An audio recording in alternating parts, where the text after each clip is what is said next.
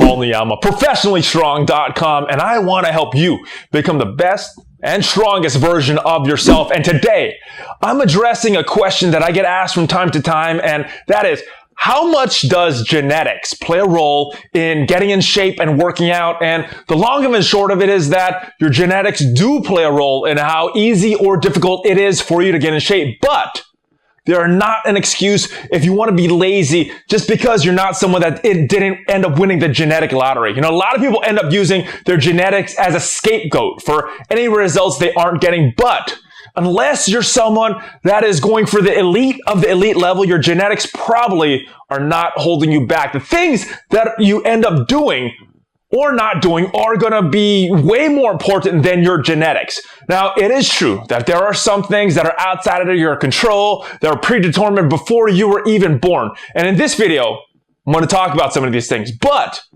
I'm also going to talk about the things that you can control, because I think these things are way more important than your genetics. And remember, if you do the right things, with these things that you can control, you'll see the best and strongest version of yourself. So let's get into the meat of the video and talk about the things that are predetermined by your genetics. Number one is where your body stores and burns fat. Now, this is one of the most common things that people want to change, but ultimately it is outside of your control. Where your body stores fat first and where it burns fat first is largely determined by genetics. Now, there's some people that store fat and burn fat throughout their entire body evenly, and others that store more fat in certain areas first, and when they try to burn fat, they'll burn fat in certain areas first. And you know, there's some people that are really blessed with great genetics. They don't store much fat in areas that people don't want to be fat, like the abs. Yes, there are people that can eat like crap and still have a six-pack, but those are the outliers. And then there's some people that don't have as much advantageous genetics, and every food they eat goes right to their gut. And, you know, those are outliers too. Most people are going to fall somewhere in the middle. Now, for years, I have told my clients that if you want to know where you are going to burn fat first and store fat first, look at your parents, look at your grandparents, see where they store and burn fat, and that's probably where you are going to as well. And this leads me to one of the biggest misconceptions about fat loss, and that is spot reduction. There is no such thing as spot reduction. If you haven't heard this term before, basically it means that to reduce fat in a certain spot, but the body doesn't work like that. You cannot control where your body is going to burn fat. But, you know, a lot of people don't know this because commercials say the opposite. So a lot of times when people want to get that six-pack, they do a lot of crunches and ab work. And while the ab work will build the muscles in the area, it's not going to burn fat specifically in your abs. The body just doesn't work like that. So you can work muscles in certain areas though, but you just can't control where you burn fat. You can only control how much fat you burn. Yes.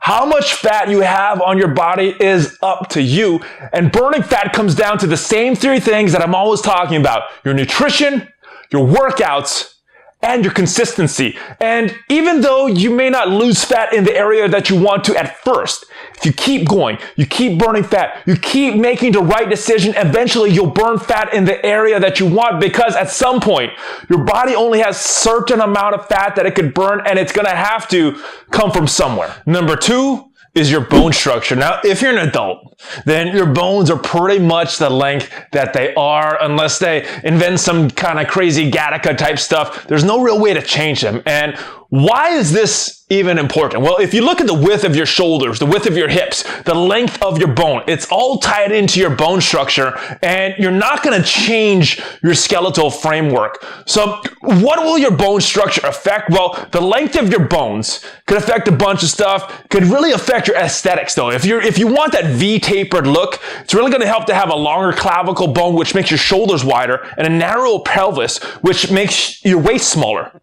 It's a good thing. Well, longer bones, though, also means that it takes longer for your muscles to appear bigger, since it's going to take more muscle to fill out that larger surface area. But the flip side is that it will also work the same way with fat. So it's going to take longer and more fat to accumulate in that larger area, and it's going to take a lot longer for you to appear a lot fatter.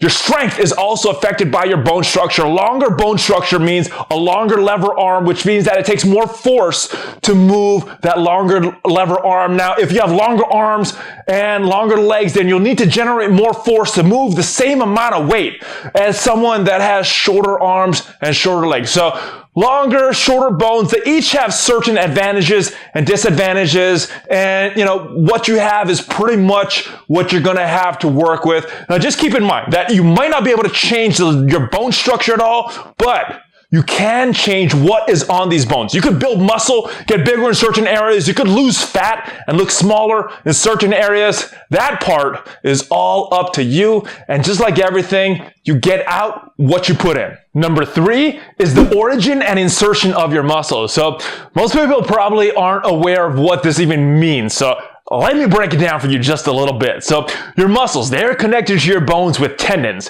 And where these tendons are connected can give you a mechanical advantage or disadvantage, which makes it harder or easier to lift a certain amount of weight. And this means that some people, they're going to be stronger or weaker, not just because of their bone length or their muscle strength or their muscle size, but because of certain leverages in their joints that's dictated by where these muscles and tendons connect to your bones. So if you look at these 2 examples right there of a bicep muscle, you can see one inserts a little closer to the elbow, which is the fulcrum of this joint, and the other inserts a little further away from that elbow. Now, the further away the tendon attaches from the fulcrum, the more biomechanical advantage there's going to be. And this means that your muscles will need to generate less force in order to lift the same amount of weight. And if your muscle inserts closer to your fulcrum, these muscles will need to generate more force in order to lift that same amount of weight. So what does this all mean? Well, some people, they're just going to have an easier time lifting heavier weights based on something totally outside of their control. But for most, it shouldn't even matter because you can still get strong even if you don't have the best genetics for strength. You're just going to have to put in a little more time and a little more work than someone that has a more advantageous leverage in their body. Number 4 is the length of your tendons and muscle bellies. So what does this mean? Let me explain this because the result of this has more to do with aesthetics than anything else. Some people, they're going to have longer tendons and shorter muscle bellies, like in this example right there. And other people, they're going to have shorter tendons with longer muscle bellies, like in this picture right there. Now, strength, it's going to be affected somewhat because a larger muscle is going to be more capable of generating more force, but like I said, this is going to have more to do with looks than anything else, and there's going to be certain advantages and disadvantages to each of them in regards to look. So a longer muscle belly, it's going to have a more full appearance, while the shorter muscle belly is going to be able to develop more of a peak.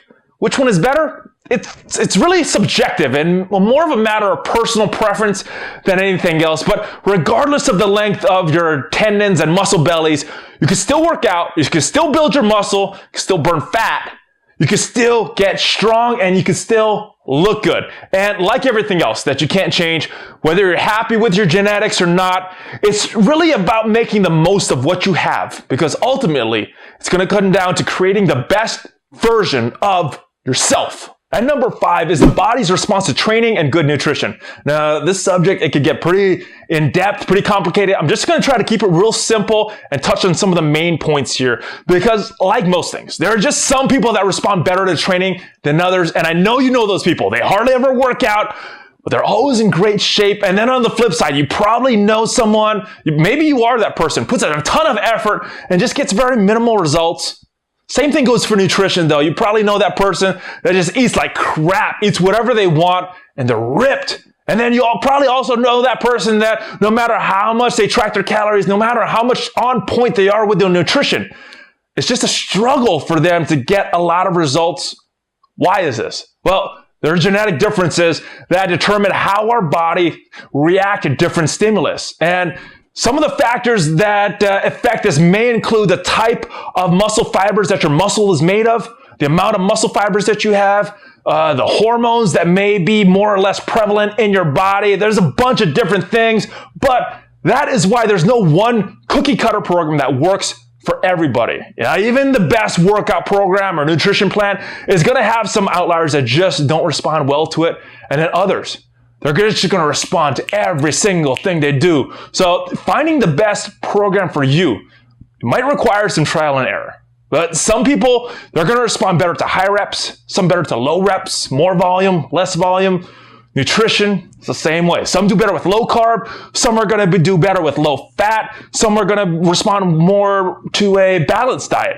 And the best way to see what works for you is to experiment and see what type of program is going to get you the best results. But remember, you need to follow programs consistently for at least 3 to 6 months in order to gauge how well your body is reacting to it. And of course, you need to follow that program and not have any cheat days or skip days or anything like that, because constantly switching programs too early without putting in that effort, it's a common mistake that a lot of people end up making.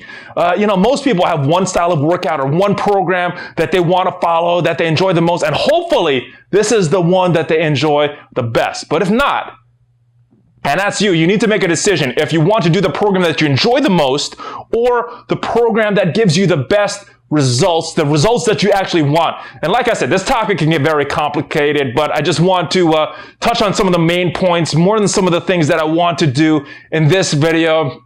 There's going to be some people that need to work out a lot harder than others. And if that is you, don't get discouraged, because everyone, and I mean everyone, has the potential to look great, feel great, and it's more related to your effort and consistency than your genes. So wrapping up, yes, genetics does make a difference in your ability to get in shape, but any perceived genetic limitation shouldn't be used as an excuse to not become the best version of yourself. It's about your attitude, your consistency, your determination.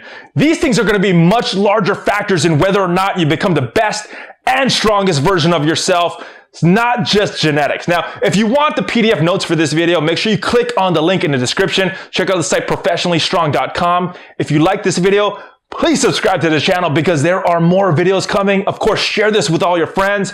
Check out Professionally Strong on Instagram for daily motivation, daily tips.